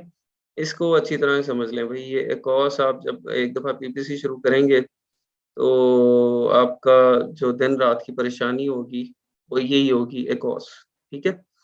तो इसको अच्छी तरह से आप समझ लें। इसमें क्या है कि आप जितना ये इसको, इसी को जब आप देखते हैं ना सेंटेंस को, ये क्या है, एडवर्टाइजिंग कॉस्ट ऑफ सेल्स। आपकी जो सेल्स हो रही हैं, आपकी सेल्स की एडवर्टाइजिंग कॉस्ट क्या है, ठीक है। आपकी सेल्स के लिए एडवर्टाइजिंग कॉस्ट क्या है, तो ये किस तरह से निकलती है, स्पेंड, जितना आप स्पेंड कर रहे हो PPC के ऊपर, जितना एड्स के ऊपर आप अमेज़न को पे कर रहे हैं, डिवाइडेड बाय PPC सेल्स और रेवेन्यू, ठीक है। आपको PPC के थ्रू जो सेल्स मिल रही है, आपको PPC के थ्रू जो रेवेन्यू मिल रहा है, उससे आप डिवाइड करते हैं, तो यहाँ पे आपको एक कॉस्ट आ जाती है। आपकी एक कॉस्ट जो है, advertising cost of sales should always be less than your profit margin. आपका प्रॉफिट मार्जिन अगर 30% है, तो आपकी एडवर्टाइजिंग कॉस्ट जो है वो 15% होनी चाहिए, ताकि 30% प्रॉफिट में से 15% आपने निकाल दिया, 20% आपने निकाल दिया, तो 10 to 15% आपको प्रॉफिट उसमें बच जाएगा। ठीक है, लेकिन वो आपका प्रॉफिट सिर्फ 10 to 15% नहीं होगा, वो ज्यादा होगा। वो ज्यादा कैसे होगा, वो आगे मैं आपको बताता हूँ अभी टेकॉस के अंदर। टेकॉस समझ आ गई है आप लोगों को? किसी को इसके अंदर मसला तो पता है?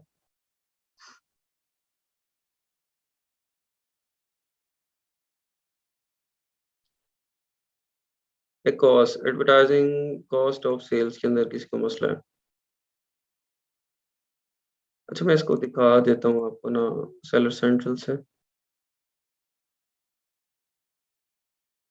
ये अगर आपका जितना इस किसी प्रोडक्ट में प्रॉफिट होता है ना, अगर आपकी कॉस्ट उतनी भी आ रही है तो फिर भी आप प्रॉफिट में होते हैं। फॉर एग्जांपल, आपका प्रोडक्ट का प्रॉफिट है 30% और आपकी एडवर्टाइजिंग कॉस्ट भी 30% आ रही है, तो अगेन आप प्रॉफिट में ही होंगे, आप लॉस में नहीं होंगे। ये मैं आपको क्लियर कर देता हूँ।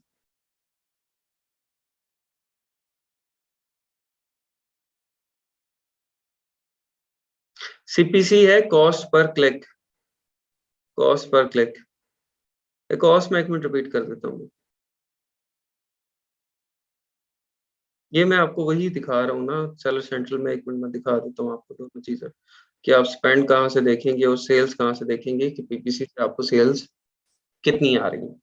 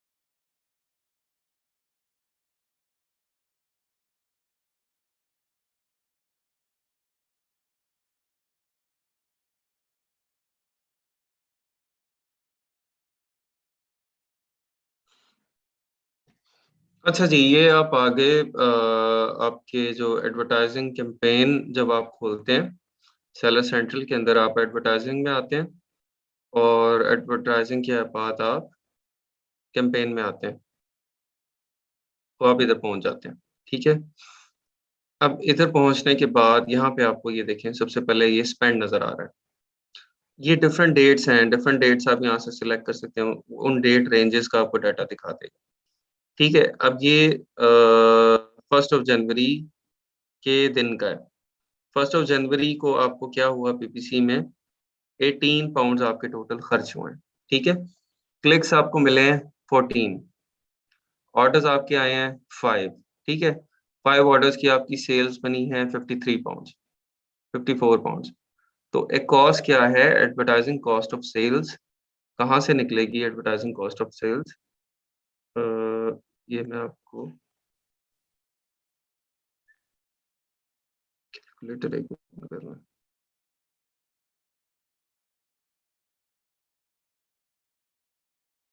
खुल जाओ भाई, खुल जाओ।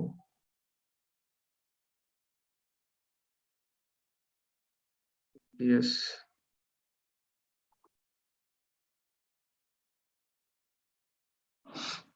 अच्छा जी, मैंने निकालनी है एकॉस। एक तो इसने मुझे दिखा दी है ना, मुझे निकालने की जरूरत नहीं पड़ेगी, लेकिन मैं आपकी अंडरस्टैंडिंग के लिए आपको बता रहा हूँ कि एकॉस निकलती कैसे है। आपका स्पेंड है 18, 18 लिखेंगे हम डिवाइडेड बाय 50 आपकी सेल्स कितनी हुई है? 18 पाउंड स्पेंड करने के बाद आपकी सेल्स कितनी हुई है? 54 पाउंड। तो 18 डिवाइडेड बाय 54, ठीक है। और ये आपका आ गया, किधर गया? 0.33 आया था, ठीक है। 18 डिवाइडेड बाय,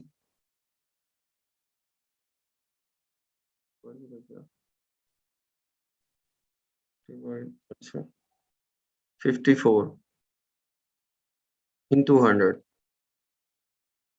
ठीक है। तो ये 33% आपकी एडवर्टाइजिंग कॉस्ट ऑफ सेल ये आ गई है, ठीक है। जब हमने स्पेंड इसको डिवाइड किया है, स्पेंड जितना हमने पीपीसी पे स्पेंड किया था और जितनी हमें उससे सेल्स मिली है। अच्छा, अब जब मैं यकम जनवरी को जाके सेलर सेंट्रल में अपने टोटल ऑर्डर्स को चेक करूंगा, तो वहां पे ऑर्डर 5 नहीं होंगे, वहां पे ऑर्डर होंगे 15, ठीक है। वहां पे मेरे फर्स्ट ऑफ जॉन के जो ऑर्डर्स आ रहे हैं वो 15 आ रहे हैं।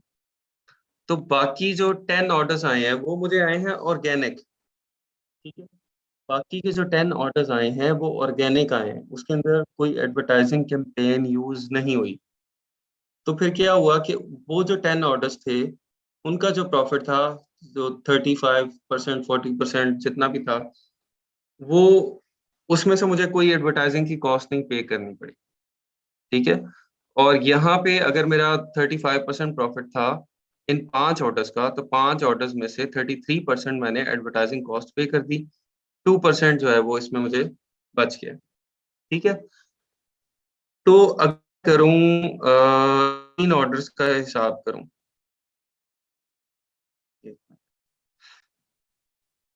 ये बड़ा नहीं होता, नहीं रहता है। होता है वैसे, यहाँ पे इसमें नहीं हो रहा। अच्छा, 15 ऑर्डर है मेरे, 15 मल्टीप्लाइड बाय मेरी प्राइस है 8 पाउंड अगर, ठीक है। तो टोटल जो मेरी रेवेन्यू है फर्स्ट ऑफ जनवरी का 120 पाउंड है। एडवर्टाइजिंग कॉस्ट कितनी है? 18 पाउंड। 18 डिवाइडेड बाय 120, 120 मेरी टोटल सेल है, ठीक है। 120 जो है वो आपकी पीपीसी की सेल भी मिला के है और ऑर्गेनिक की सेल भी मिला के, जो टोटल ऑर्डर्स की सेल है वो है। और 18 पाउंड मेरा जो है वो पीपीसी के ऊपर स्पेंड किया हुआ है। तो 18 डिवाइडेड बाय 120 जो कि टोटल सेल है इन 100, तो total advertising cost of sale जो है वो मेरी 15% है। जो टोटल मैंने एडवर्टाइजिंग कॉस्ट स्पेंड की है अपनी टोटल सेल्स के लिए, वो 15% स्पेंड की है, ठीक है। तो इसके अंदर से मैं देखूं कि अगर मेरा 35% प्रॉफिट है, तो 35 माइनस 15, 20% जो है वो मुझे इसके अंदर प्रॉफिट हुआ है, 15% मेरा एडवर्टाइजिंग के अंदर निकल गया। तो ये दूसरी चीज जो मैंने अभी आपको बताई, जब आप अपने स्पेंड को टोटल रेवेन्यू के साथ डिवाइड करते हैं, दैट इज कॉल्ड टेकॉस, ठीक है, total advertising cost of sale, ठीक है। तो टेकॉस और एकॉस आप लोगों को समझ आ गई? तो मसला तो नहीं है इसके अंदर।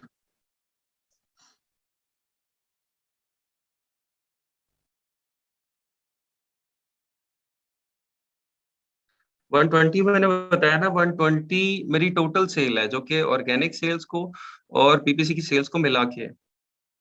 डी कॉस तो मैंने आपसे सुना है अभी, टी को TACOS, T A C O S था, टी सी ओ एस था और ए सी ओ एस था।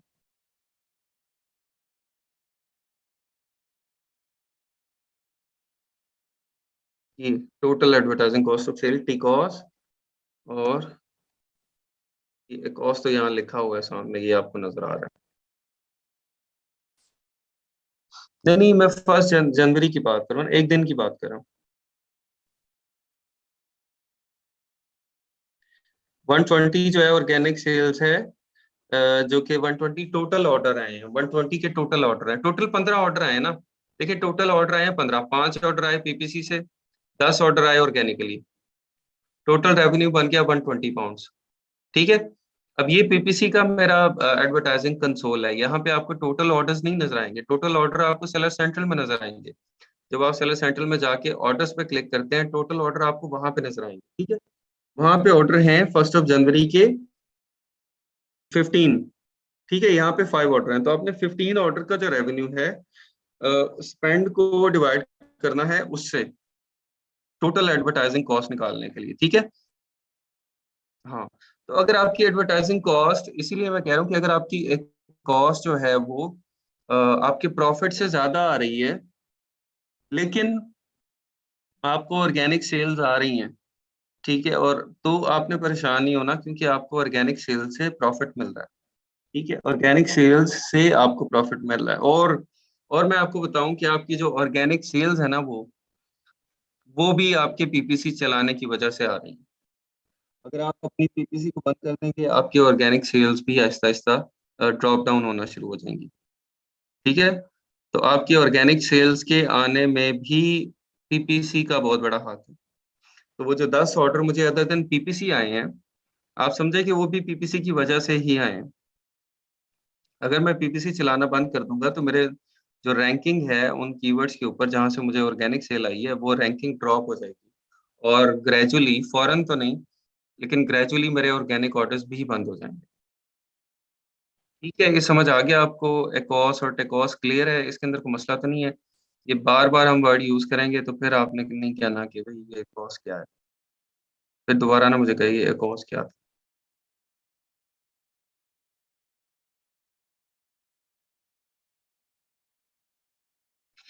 अच्छा जी, इसके बाद आ जाए, आरओए है एक हमारे पास। ये क्या है? Return on ad spend. Return on ad spend ये किस तरह से निकलता है? आपकी पीपीसी सेल्स डिवाइडेड बाय, ठीक है, पीपीसी के थ्रू आपको जितनी सेल्स मिली हैं डिवाइडेड बाय स्पेंड, ठीक है। या इसको आप spend divided by PPC sales करेंगे, फिर इसको 100 से कर देंगे, तो आपको परसेंटेज आ जाएगी कि टोटल जो रिटर्न आया है आपका। नहीं नहीं, ये इसी तरह उल्टा ही है, ठीक है। वो तो फिर एक कॉस्ट बन जाएगा ना, ठीक है। Return on ad spend,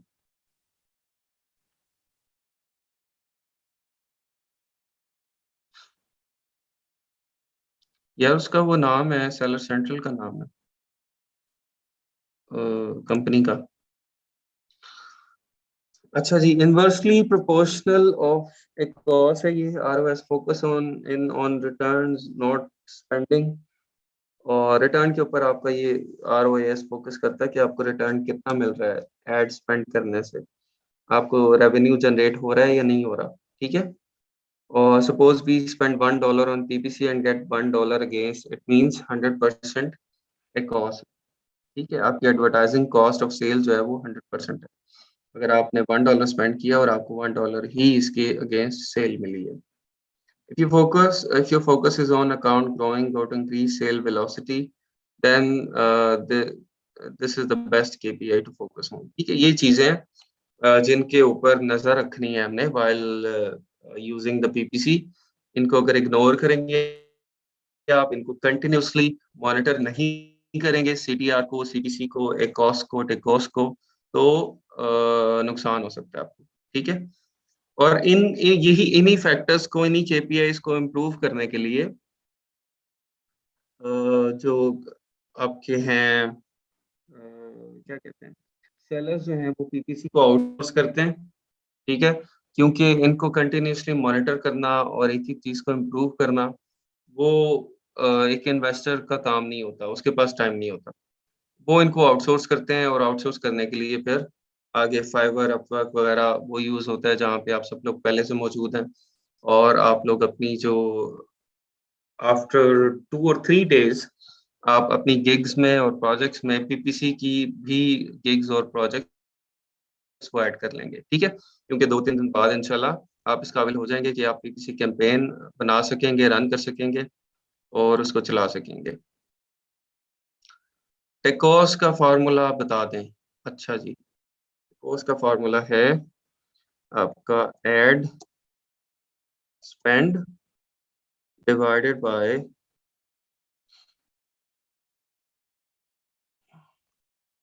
organic sales plus PPC sales. ठीक है। इसके आगे मैं वो भी लगा दूं, बिल्कुल केमिस्ट्री की तरह आपको बना दूं ना, परेशान ना हो आप फिर।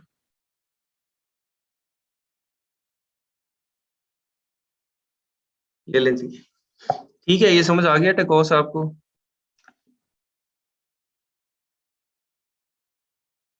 ये मैं इधर लिख रहा था भाई चैट के अंदर, चैट में देखें।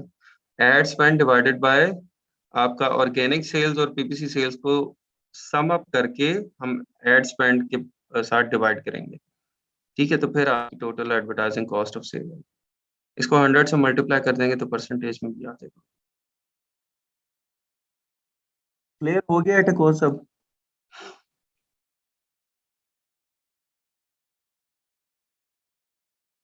अच्छा जी। एकोस हो गया, टेकोस हो गया, और क्या था इसके अंदर, यहाँ पे देखते हैं। अच्छा, ये इन्होंने बताया हुआ है कन्वर्जन रेट, ये देख लें। सीआर कन्वर्जन रेट में क्या होता है? PPC order divided by PPC clicks. अच्छा, ये भी बड़ा इंपॉर्टेंट फैक्टर है एक, कि अगर आपको बहुत ज्यादा क्लिक्स आ रहे हैं, ठीक है, और आपको क्लिक्स आ रहे हैं, आपको बजट स्पेंड हो रहा है, एक बंदा क्लिक करता है, आपको 1, 1.5, 2 डॉलर पड़ जाते हैं, ठीक है, तो वो आपके क्लिक्स तो आई जा रहे हैं, ठीक है, वहां पे आपका एड के ऊपर बजट स्पेंड हो रहा है, लेकिन आपकी कन्वर्जन नहीं हो रही है, वो आपका ऑर्डर में कन्वर्ट नहीं हो रहा है। तो ये भी एक बहुत बड़ा इशू है। आपको क्लिक्स आ गए, आपने ऐड लगाया, आपको इम्प्रेशंस आए बहुत अच्छे, उसके बाद क्लिक्स भी आए बहुत अच्छे, लेकिन ऑर्डर अच्छे नहीं आए। क्लिक करने के बाद कस्टमर आपके प्रोडक्ट को बाय नहीं करना चाहता। He was there on Amazon to buy that specific product, लेकिन जब उसने आपकी लिस्टिंग ओपन की और आपकी प्रोडक्ट पे आया तो उसने आपकी प्रोडक्ट बाय नहीं की। इसकी क्या वजह है, मुझे बताएं, किस केस में ये इस तरह होगा बस।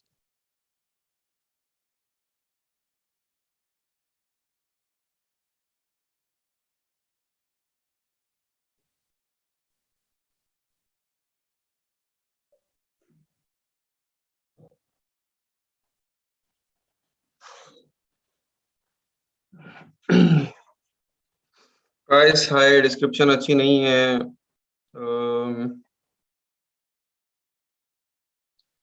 आपकी ओवरऑल लिस्टिंग इम्प्रेसिव नहीं है, आपका प्राइस पॉइंट नहीं, प्राइस इसमें फैक्टर नहीं होगा, प्राइस तो वो देख के आ रहा है ना भाई, उसके अंदर वहाँ देख लिया था, उसके अंदर प्राइस उसने वहाँ पे आपके ऐड में देख ली थी, उसने इमेज भी देख लिया था, आपकी ऑफर अच्छी नहीं है। अब उसने क्या देखा है ऐसा जो कि वो परचेज करने के लिए तैयार नहीं है।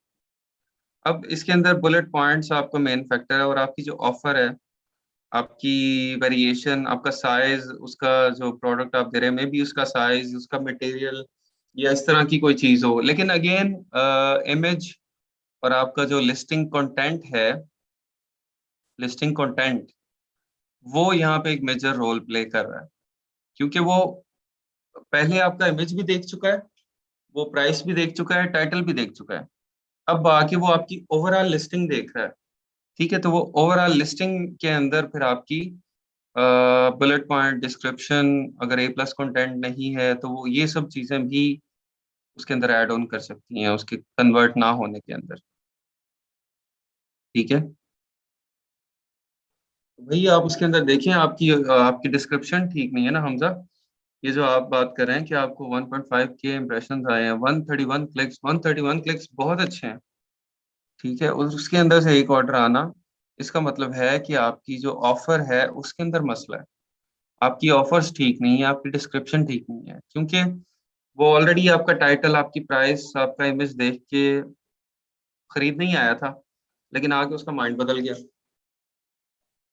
अच्छा, बैड रिव्यूज भी आपको वो मेन ऐड में ही नजर आ जाएंगे, उसको बैड रिव्यूज का भी वहीं पता चल जाएगा, अगर बैड रिव्यूज हैं तो आपकी रेटिंग खराब होगी, आपकी रेटिंग पता चल जाएगी, 4 रेटिंग या 3.8 रेटिंग है, इट मीन्स की बैड रिव्यूज है, ठीक है।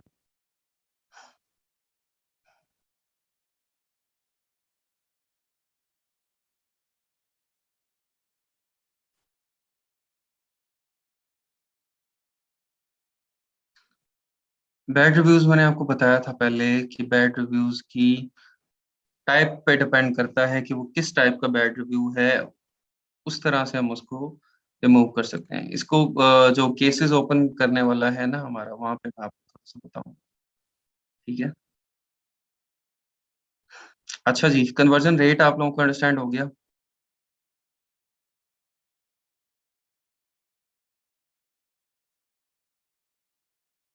अच्छा, बार बार असल में ना चीजों को छेड़ा ना करें हम लोग, एक तो बहुत बेसब्रे हो जाते हैं। जरा सा हम देखते हैं कि भाई ये पीपीसी के अंदर भी आपको एक वीक तक आपको कैंपेन चलानी है। एक वीक तक आपको, अगर तो खैर काफी, अगर कोई क्लियर चीज हो कि ये कीवर्ड हर्ट कर रहा है और ये कीवर्ड को आपको नेगेटिव में डालना है, फिर आप उसको चेंज कर लें। अदरवाइज कीवर्ड उसके अंदर, कैंपेन के अंदर बार बार बिड प्राइस को ऊपर नीचे करना और उसके साथ पंगे लेना कैंपेन के साथ, वो बिल्कुल जो है वो रिकमेंडेड नहीं है। आपने एक कैंपेन चला ली, उसको एक हफ्ता दें, ठीक है, 4-5 दिन दें उसको, उसके स्टैट सामने आने दें और फिर उसके अंदर चेंजेस करें। तो यही आपका फाइवर वाला क्वेश्चन, वो ये देख के ना मुझे नजर आ गया कि आप गिग हमने बना ली, अब फिर कभी जाके प्राइस चेंज करते हैं, कभी कोई चेंज करते हैं, कभी कुछ चेंज करते हैं, उसको चलने दें चीजों को। अगर तो एक ग्रॉस नेग्लिजेंस आपको नजर आ रही है कि भाई ये ग्रॉस मिस्टेक है, मुझे इसको इम्प्रूव करना है, उसको करें।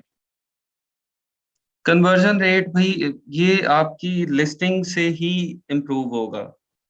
ये आपकी जो लिस्टिंग है, इमेजेस हैं, टाइटल है, प्राइस है, डिस्क्रिप्शन है, उसी से इम्प्रूव हो सकता है कन्वर्जन रेट।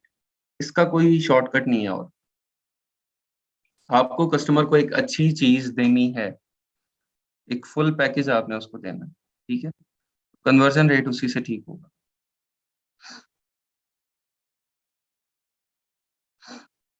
इसको गूगल करें, आप देखें क्या मसला है आपके, वो कीवर्ड के ऊपर कोई चेंजेस आई है या आपकी रैंकिंग के अंदर कोई मसला आया होगा ना अहमद, उसको थोड़ा गूगल करना, स्पेसिफिकली इसको देखना पड़ेगा।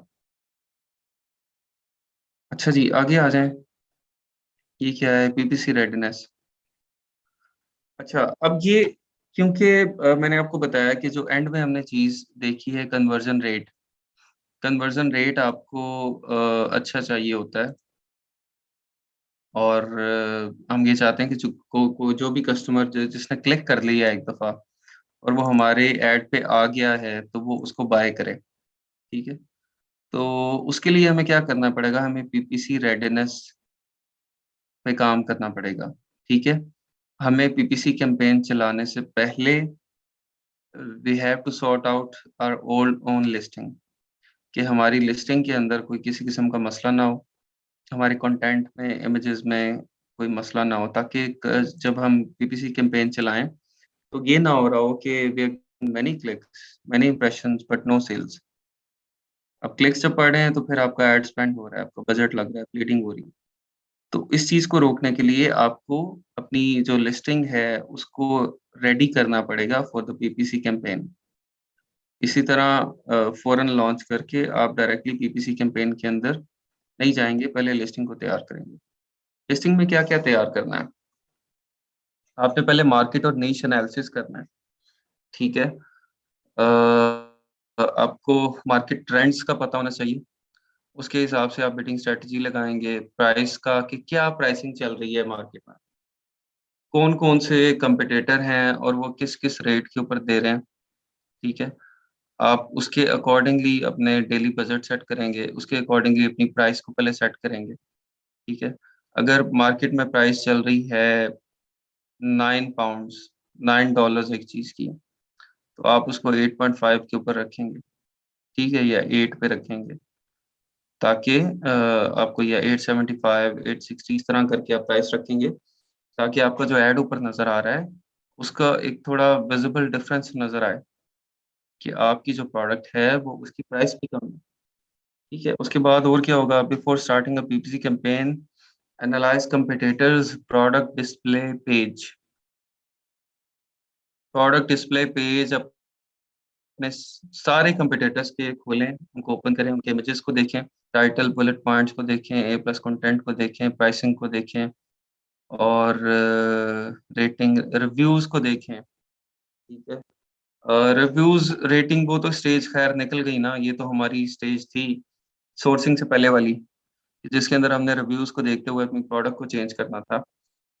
लेकिन यहाँ पे आप लिस्टिंग के अंदर ऐड कर सकते हैं चीज़ें, अपने बुलेट पॉइंट्स के अंदर चीज़ें ऐड कर सकते हैं, चेंज कर सकते हैं रिव्यूज पढ़ने के बाद। आपको जो बताया था मैंने कि कस्टमर्स के कोई पेन पॉइंट्स है, और अगर कस्टमर्स को चीज़ ढूंढ रहे हैं तो आप वो चीज़ वो अट्रैक्शन उनके लिए बुलेट पॉइंट्स में ऐड कर सकते हैं। सोशल प्रूफ, इसके बारे में हम कुछ नहीं कर सकते, ठीक है। रिव्यूज स्टार्ट में जो आपने कर लिए हैं, जो आपने हाथ पैर मार के रिव्यूज जितने इकट्ठे करने थे वो आप कर लें। उसके साथ आप कोशिश करें कि आप कोई अगर आपको कहीं से रिव्यूज मिल सकते हैं तो वो नज़र में रखें, उसके ऊपर भी वर्किंग आपकी करती रहें। अपनी लिस्टिंग को कंपेयर करना कंपटीटर्स के साथ, उनके डिस्क्रिप्शन, बुलेट पॉइंट वगैरह वो सब देखना कि हमारी कोई बहुत ज़्यादा ऑड लिस्टिंग तो नहीं है, इसको कंपेयर करना भी ज़रूरी है। ओवरऑल डिमांड प्रोडक्ट की चेक करेंगे, ये हम पहले भी कर चुके हैं प्रोडक्ट लॉन्च करने से। इसको दोबारा ज़रा एक दफ़ा देख लें हीलियम 10 से, कि कौन-कौन से कीवर्ड्स इसके ऊपर जो हैं वो उनकी कितनी रैंकिंग है, और प्रोडक्ट की सीज़नैलिटी अगर वो सीज़नल है, फॉर एग्ज़ाम्पल उसका अगर कोई 1 महीना सीज़नल आता है उसका, और उसके अंदर फिर ये ना हो कि मैं एग्रेसिव पीपीसी के ऊपर चला जाऊँ। भई सीज़नल है, वो प्रोडक्ट बिकनी नहीं है, उसका सीज़न नहीं है, तो आप क्यों एग्रेसिव पीपीसी कर रहे हैं उसके ऊपर? पैसे ज़ाया कर रहे हैं। ठीक है, तो उसकी सीज़नैलिटी वो लाज़मी चेक करें। कुछ स्टेशनरी की कोई आइटम्स होती हैं और पता चलता है कि भई स्कूल ओपन हो गए हैं पिछले महीने। जो-जो चीज़ें पेरेंट्स ने लेनी थी बच्चों के लिए वो ले ली हैं। अब वो सीज़न अगर चला गया है तो फिर आपको उस पे एग्रेसिव पीपीसी चलाने का क्या फ़ायदा? उसका सीज़न निकल गया है, अब तो नॉर्मल सेल्स होनी है, ठीक है? तो ये सब फैक्टर्स ज़हन में रखने होते हैं। मार्केट सैचुरेशन, उसको भी देखें, कोई बहुत ज़्यादा कॉम्पिटिटर तो नहीं आ गए। Meanwhile while you were busy in the sourcing, you were busy in the listing creation, उसके दौरान ही कोई 1 डेढ़ महीने के अंदर कोई बहुत ज़्यादा कॉम्पिटिटर तो नहीं मार्केट में आ गया। बाकी वायबिलिटी न नॉ और नॉन वायबिलिटी ये तो आप पहले ही चेक करेंगे ना, भई ये किसी के लेवल पर तो नहीं चेक करेंगे। हाँ, लेकिन ये वहाँ पे हो सकता है जहाँ पे आप ये सब चीज़ें आपको उधर चेक कर सकते हैं जहाँ पे आप किसी क्लाइंट की पीपीसी चला रहे हैं। जब आपके पास किसी क्लाइंट की पीपीसी रन करने के लिए प्रोडक्ट आई है, वहाँ पे आप ये सब चीज़ें लाज़मी चेक करेंगे कि वो क्लाइंट जिसके ऊपर आपसे पीपीसी चलवाना चाहता है, वो प्रोडक्ट वैलिड भी है या नहीं है? प्रोडक्ट को लॉन्च करने का फ़ायदा है कोई या नहीं? कि ऐसे ही वो टकरे मार रहा है, पैसे ज़ाया कर रहा है, ठीक है? उधर ये चीज़ आपने लाज़मी चेक करनी है।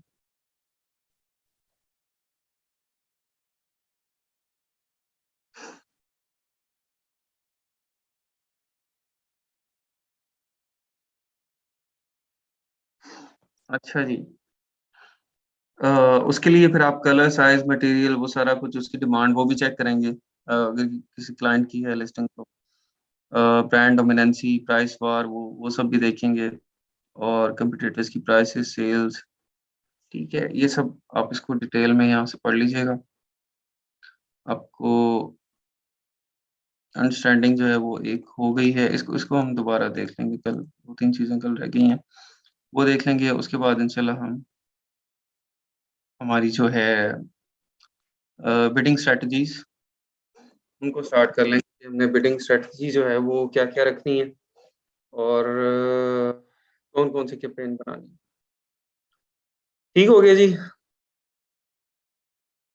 स्लाइड मैंने बताया ना यार, रोज़ आप लोग कहते हैं। मैं एंड में शेयर करूँगा, इसमें साथ-साथ चेंजेस करनी होती हैं, तो उसमें चेंजेस करके मैं एंड में शेयर कर दूँगा आपके साथ। अब वो कर दी है ना पिछली वाली मैंने, पिछली वाली पढ़ ली है आपने सारी? हुँ?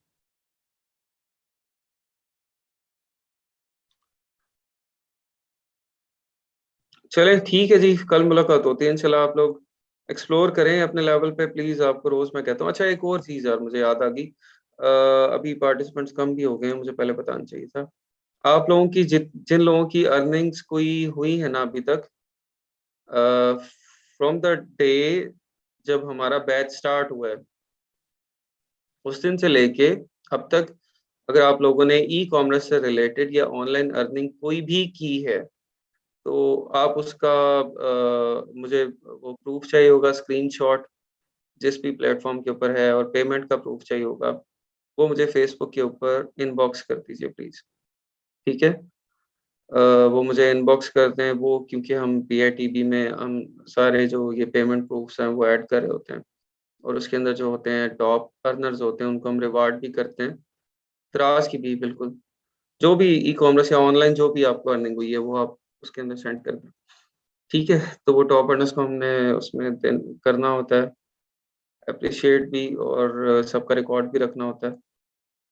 तो उसके लिए प्लीज़ मुझे इनबॉक्स कर दीजिए, ठीक है? उसका डाटा मुझे अभी से मेंटेन करना है।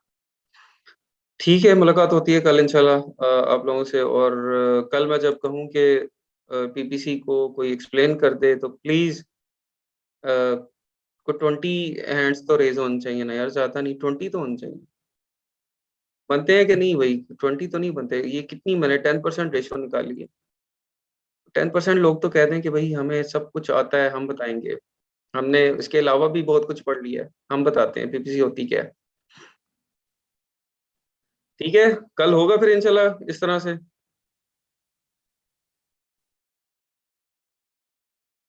चलें, ठीक है जी इंशाल्लाह। ओके, जज़ाकल्लाह। Thank you. अल्लाह हाफ़िज़। अस्सलाम वालेकुम।